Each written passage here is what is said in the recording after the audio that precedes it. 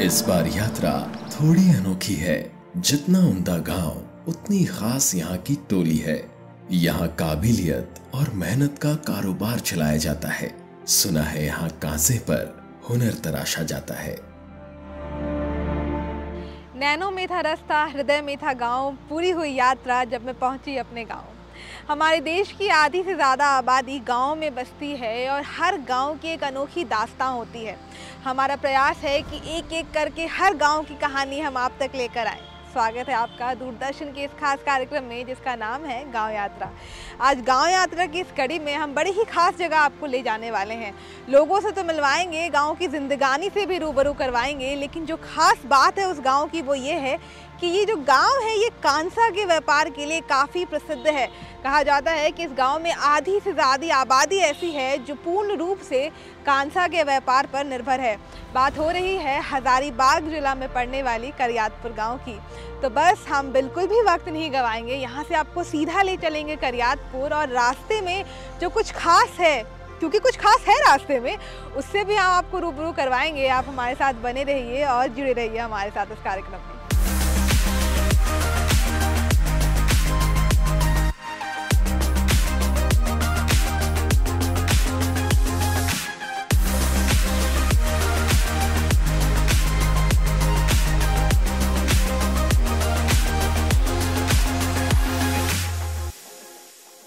रांची से लगभग 122 किलोमीटर एवं हजारीबाग मुख्यालय से 39 किलोमीटर दूर स्थित है गांव करियातपुर।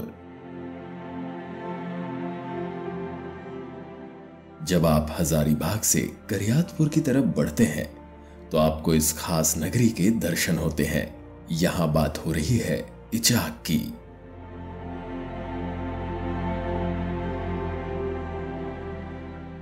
हमारे राज्य झारखंड में मंदिरों के गांव का ताज मलूटी के सिर सजा है, किंतु हजारीबाग प्रखंड में इचाक वह नगरी है जिसका हर कोना सदियों पहले के मंदिरों से सजा मिलता है। इतिहासकार बताते हैं कि यहाँ लगभग 200 वर्ष पूर्व कुल 172 मंदिरों का निर्माण किया गया था। उस वक्त यहाँ सिंह राज परिवार का शासन था और इचाक ही तत्कालीन रामगढ़ के राजा की राजधानी हुआ करती थी। आज वर्तमान में कई मंदिर देखरेख की कमी के कारण जर्जर हालत में पड़े हैं। कुछ ऐसे भी हैं जो समय के साथ चलने में नाकाम रहे और अब पूर्ण रूप से ध्वस्त हो चुके हैं, किंतु आज भी इस नगरी में आप इन मंदिरों के दर्शन को निकलते हैं तो उस वक्त की अद्भुत कारीगरी और नक्काशी आपका मन मोह लेती है। इनमें कुछ मंदिर आज भी लोगों के असीम आस्था और विश्वास का केंद्र बने हुए हैं। दूर दूर से लोग अपनी मुराद लिए आज भी यहाँ दर्शन को आते हैं।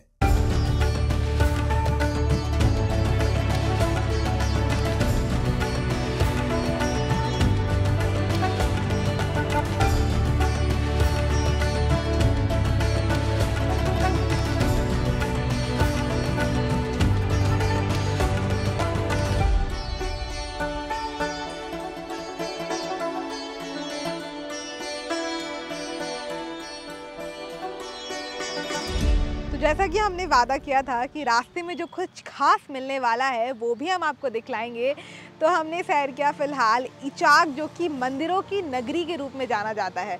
अब यहाँ तो सारे मंदिरों का हमने दर्शन कर लिया है, यहाँ से सीधा हम निकल चलेंगे अपने मंजिल की ओर जो कि है करियातपुर। तो बस चलते हैं कांसा के गांव में और मिलते हैं करियातपुर के लोगों से, और क्या कुछ कहानी है करियातपुर की ये सब हम आपको बतलाएंगे आज। इचाक में विभिन्न मान्यताओं और कथाओं में लिपटी मंदिरों के दर्शन कर हम निकल चले अपनी मंजिल करियातपुर की ओर।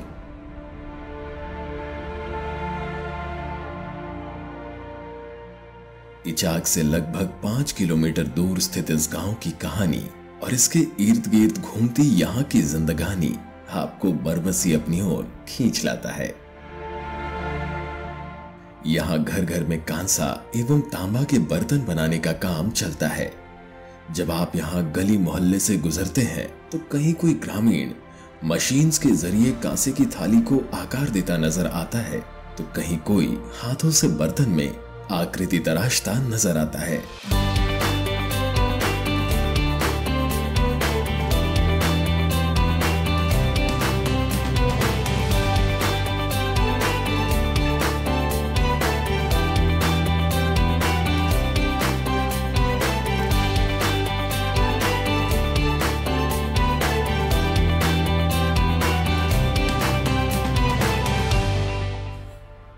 वही ध्वनि है जो करियातपुर को अनोखे गांव की श्रेणी में अंकित करता है। किसी के लिए यह पीढ़ी दर पीढ़ी से चला आ रहा पारिवारिक व्यापार है, तो कोई अपनी आजीविका के लिए कांसे के कारखानों में काम कर रहा है। इनके तरीके और प्रेरणा अलग है, किंतु कांसा वह धागा है जो पूरे करियातपुर के ग्रामीणों को एक सूत्र में बांधता है। यहाँ बनाए बर्तनों का निर्यात देश के अलग अलग कोनों में किया जाता है। यहाँ पर लगभग जिसको घरेलू गांव में जो बोलते हैं कि घर, लगभग 200 घर यहाँ पर कसेरा जाति स्वजाति लोग रहते हैं। लगभग उसमें संख्या करीब 2200-2300 है, और उसमें से संख्या में लगभग सभी घर में न कुछ बर्तन से लोग जुड़े हुए हैं। कोई छोटा सा जो उद्योग चला रहा है, कोई बड़ा चला रहा है, कोई मतलब अपना लोटा फैक्ट्री है, कोई गिलास फैक्ट्री है, या बर्तन बनाने का थाली बनता है। इसी तरह हमारे सब जुड़े हुए हैं। तो इसमें लगभग 2200-2300 लोग इसमें परिवार लोग जुड़े हुए हैं। पहले जो होता था, लोग अपने आप में, हम थोड़ा सा पहले के बात बता रहे हैं कि अपने लोग जो आज जो देख रहे हैं, इसको बोलते हैं यहाँ पर खोटी बोलते हैं। पहले लोग इसको 5 आदमी बैठ कर गर्म करके छोटा सा एक माने अफरा टाइप का बना हुआ रहता था भट्टी, और उस पर गर्म किया जाता है। 5 आदमी बैठ कर उसके माने हैमर से पीट कर उसको, मतलब जिस तरह का सर्किल जो दिखा रहे हैं छोटा से बड़ा किया जाता था। तो उसमें बहुत कठिनाई होता था, माने पीट के माने थोड़ा सा गर्म करना, माने बहुत कठिनाई। गर्मी दिन के तो हालत ख़राब हो जाता था। मजदूर का पैसे लोग, पहले लोग तो खान पियान घी का बना खाते थे, अब तो घी को मिलता नहीं है, अब तो सब सल्फेट का मिलता है। तो ये मशीन आने के बाद, सबसे पहले यह जो मशीन जो रोलिंग जो देख रहे हैं, ये आने के बाद बहुत बड़ा एक सुविधा हुआ।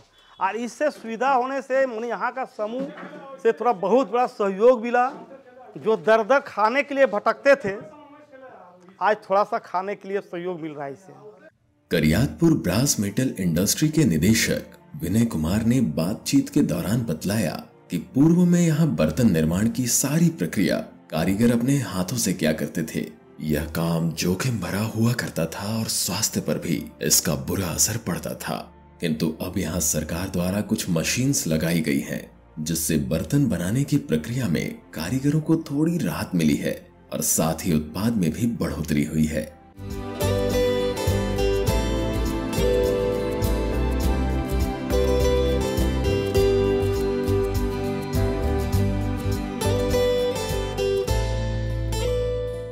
हमारे यहाँ अभी जो है वर्तमान में करियातपुर ब्रास मैन्युफैक्चरिंग का जो एक यूनिट हमारे यहाँ लगा हुआ है।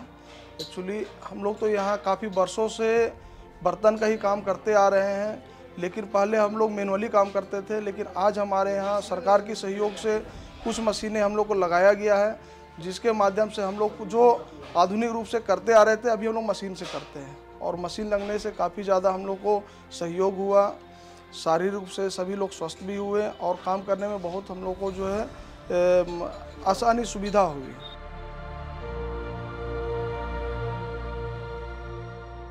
यहाँ के स्थानीय कारीगर बतलाते हैं कि कांसे एवं तांबे के बर्तन बनाने के लिए सबसे पहले कच्चे माल को गलाया जाता था, फिर उसकी ढलाई की जाती थी, उसके बाद छिलाई एवं पिटाई की जाती थी, तब जाकर एक थाली का निर्माण होता था। इनमें से कुछ ग्रामीण कारखानों एवं घरों में इन बर्तनों का निर्माण मशीन्स द्वारा कर रहे हैं, तो वहीं कुछ ग्रामीण आज भी हाथों से ही निर्माण की पूरी प्रक्रिया को अंजाम देते हैं।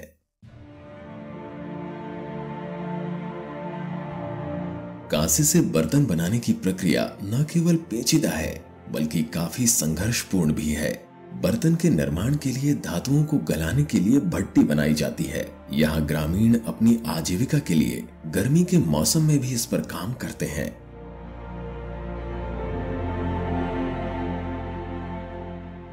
भट्टी की मौजूदगी के कारण आसपास काफी भीषण गर्मी पैदा होती है। इसके बावजूद भी पसीने में पूरी तरह लथपथ होकर ये कारीगर दिन भर काम करते रहते हैं।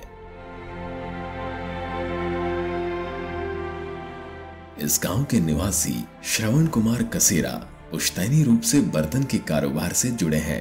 बातचीत के दौरान उन्होंने बताया कि इस काम की तालीम उन्हें उनके बुजुर्गों द्वारा दी गई और आज वह अपने बच्चों को इस कारोबार से जुड़ी बारीकियां समझाते हैं।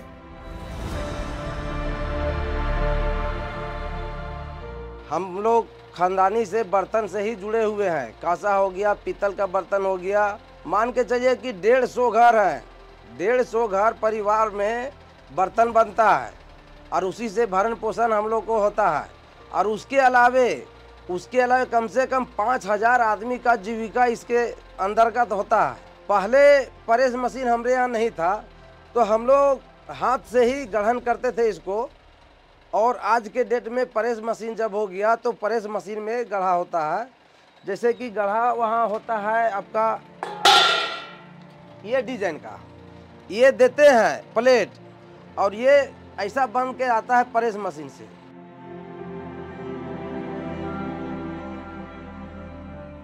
इस गांव में वैसे तो निजी तौर पर कांसे के कई कारखाने चल रहे हैं, किंतु अब गांव वालों के इस हुनर को सरकार का भी साथ मिला है। यहाँ एक कारखाने का निर्माण किया जा रहा है। भवन बनकर तैयार हो चुका है और कुछ मशीन्स भी आ चुकी हैं। बताया जाता है कि कुछ ही वक्त में यह कारखाना पूर्ण रूप से शुरू कर दिया जाएगा। यह प्रयास गांव के बेरोजगारों को प्रत्यक्ष रूप से रोजगार भी उपलब्ध कराएगा और साथ ही कांसे के बर्तनों का क्लस्टर उत्पादन हो पाएगा। यहाँ करियातपुर में कुल 180 ऐसे परिवार हैं जो कि कांसा के व्यापार से जुड़े हुए हैं। बर्तन बनाना, थाली बनाना, अलग अलग और सामान है जो कि कांसा से बनाए जाते हैं। और सरकार ने यहाँ पे लगभग 4 करोड़ रुपए सैंक्शन किए हैं, जिसके द्वारा ये जो आप भवन देख रहे हैं इसका निर्माण किया गया है। यहीं पर ये जो प्लांट है यहाँ पर थोड़ा बड़े स्तर में यहाँ के जो लोग हैं वो कांसा का निर्माण कर सके, कांसा के बर्तन का निर्माण कर सके, उस पर्पस से इसका निर्माण किया गया है फैक्ट्री का। फिलहाल मशीन आनी शुरू हो गई हैं और ऐसा कहा जा रहा है कि कुछ वक्त में ये जो फैक्ट्री है ये शुरू हो जाएगी, जिससे यहाँ के जो लोग हैं, खासकर जो ग्रामीण हैं, उन्हें रोजगार का अवसर तो मिलेगा ही और साथ ही साथ जो जीवन स्तर है उसमें भी काफ़ी सुधार आएगा।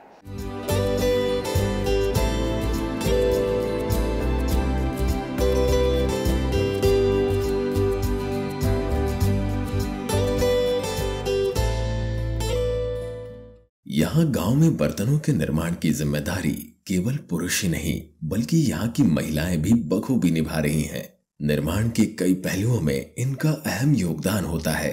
हमारे घर में कांसा का बर्तन बनता है जो पहले ट्रेडिशनल तरीके से बनता था, जो अभी कुछ बदलाव हुआ है इसमें।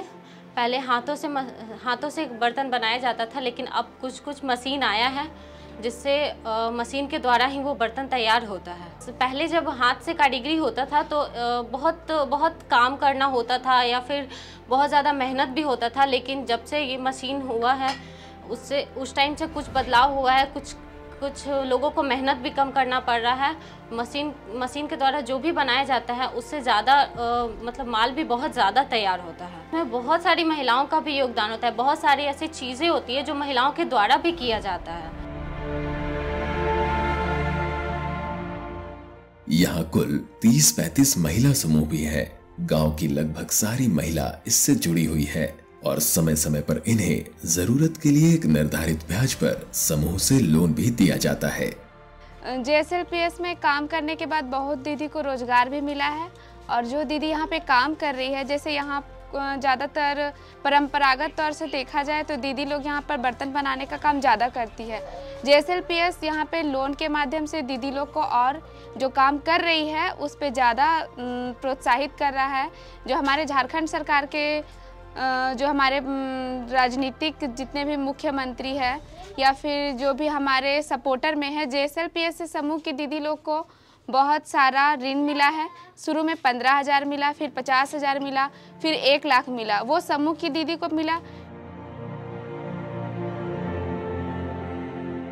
दीदी लोग को इसमें बहुत सा फ़ायदा हुआ है। जैसे कि दीदी लोग पहले जो छोटा काम करती थी या फिर दूसरे के घर में जा कर के काम करती थी, वो दीदी खुद अपने घर में काम कर रही है और अपना जो भी रोजी रोजगार है उसको और ज़्यादा आगे बढ़ा रही है। दीपांजलि कुमारी पिछले कई वर्षों से JSLPS से जुड़ी है। इनके मुताबिक यहाँ ऐसी कई महिलाएं हैं जिन्होंने समूह से जुड़कर लोन लिया और अपना खुद का कारोबार शुरू किया। यहाँ के कारीगरों को सरकार द्वारा आयोजित सरस मेले में अपने कार्यों को प्रस्तुत करने का अवसर भी प्राप्त होता है। यहाँ पे जैसे हर साल एक GPDP कार्यक्रम चलता है जिसको बोलते हैं ग्रामीण डेवलपमेंट प्रोग्राम के अनुसार ये एक साल में मतलब क्या गांव में प्रोग्रेस हुआ है, किनको क्या और ज़रूरत है, किनको क्या मिला है नहीं मिला है, उसके बारे में ये एक जनगणना होता है। उसके अनुसार से योजना पास कराया जाता है और जो लाभान्वित है, जो गांव के लाभुक है, उनको लाभ पहुंचाया जाता है।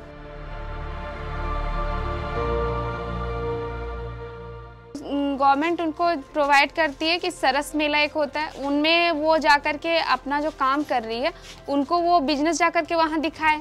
उसके बाद उसके अनुसार से फिर वो अपना रोजगार को और वृद्धि सरस के माध्यम से कर रही है। करियातपुर में विद्यालय के साथ साथ कुल 2 आंगनवाड़ी केंद्र भी है। यहाँ प्रतिवर्ष 2 बार ग्राम पंचायत विकास योजना के अंतर्गत जनगणना की जाती है और मौजूदा समस्या को पहचान कर उसके निदान के लिए सरकार जरूरी कदम उठाती है।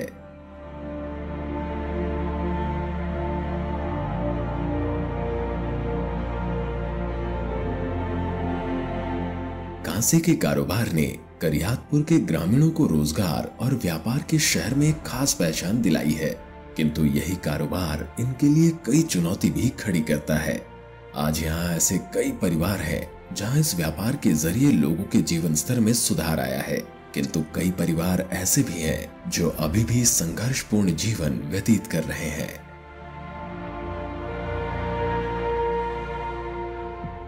इनमें हुनर है, काबिलियत है, तजुर्बा है और साथ ही यह अत्यंत मेहनती है, किंतु जानकारी की कमी के कारण काफी हद तक अपने उत्पादन को मुख्य धारा से जोड़ने में असफल है।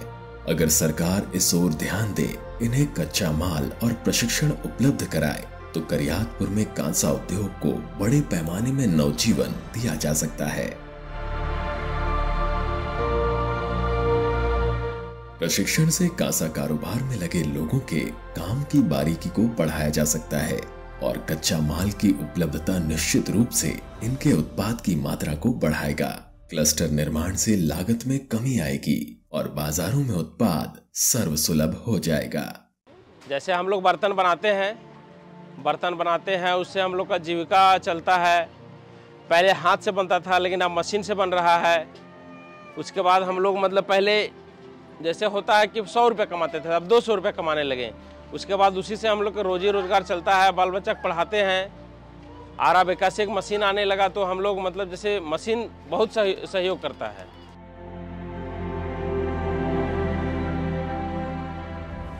हम लोग बाल बच्चे मिलके सारा काम करते हैं। मेरा घर भी नहीं है, इसी तरह रहते हैं। पाँच परिवार है, 2 लड़का है, 1 लड़की है। इसमें नहीं होता है लेकिन रोजी रोटी नहीं है तो उसी में हम लगल रहते हैं कि कम से कम बालो बच्चा तब पोसे किसी तरह। दूसरा तक कारोबार नहीं है, यही सब है, इसीलिए हमें लगल रहते हैं।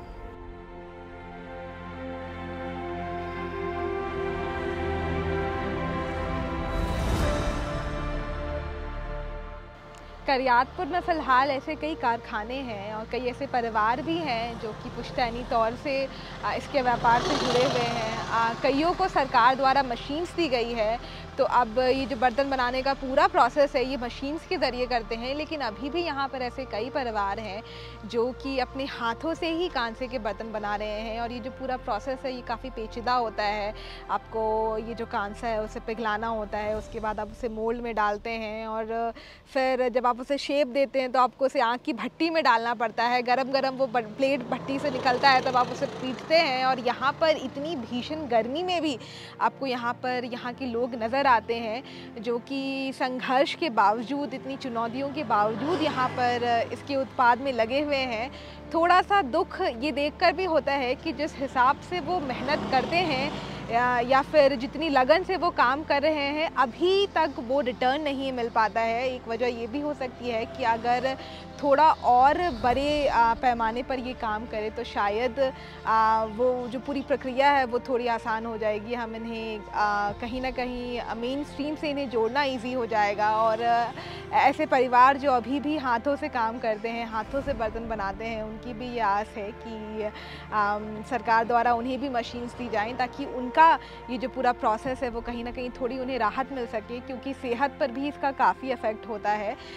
यहाँ जो बर्तन बनाने का प्रोसेस है इसमें पुरुष तो जुड़े हुए हैं लेकिन महिलाओं का भी साथ साथ उसमें काफ़ी अहम रोल होता है। यहाँ कई ऐसी महिलाएं भी हैं जो कि सेल्फ हेल्प ग्रुप से जुड़ी हुई हैं और करियातपुर में खैर सारी महिलाएं हैं लगभग जो सेल्फ हेल्प ग्रुप से जुड़ी हुई हैं और इन्हें भी वक्त वक्त पर कांसे के व्यापार के लिए लोन मिला है। और कई ऐसी महिलाएं हैं अभी फ़िलहाल जिन्होंने अपना खुद का व्यापार शुरू किया है, जो अब खुद से काम कर रही हैं और इस बिज़नेस में आगे बढ़ रही हैं।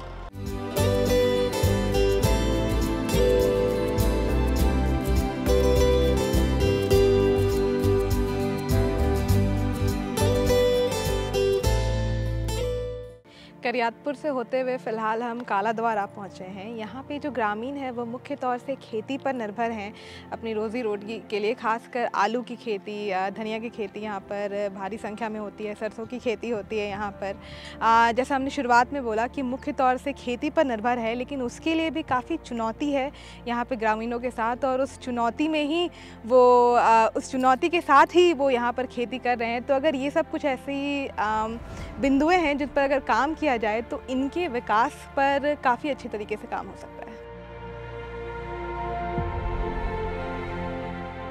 पहले काला द्वार में खेती बाड़ी भी बहुत कम होता था। अभी का जो समय आया है अब धीरे धीरे किसान लोग जागरूक हुए हैं। जागरूक होने के वजह से यहाँ पर आलू की खेती बहुत बृहद रूप से किया जाता है, धान की भी खेती होती है, मटर की भी खेती होती है, आलू का भी खेती होता है, लेकिन सबसे ज़्यादा यहाँ पर आलू की खेती, धान की खेती और गेहूं की खेती। अभी कुछ वर्षों से लोग धनिया की खेती करके 2 बार 3 बार, जैसे अभी एक बार धनिया उपजाया फिर इसको उखाड़ करके लोग बेचेंगे, फिर दूसरा बार धनिया लोग लगाते हैं, फिर तीसरा बार धनिया लगाते हैं। आलू है, उसके बाद धनिया है, उसके बाद गेहूँ है और उसके बाद सरसों है। आलू और धनिया पूरा जम के होता है और गेहूं भी होता है, सरसों भी होता है, तूरी भी होता है। ये 8-9 फसल बहुत भयानक।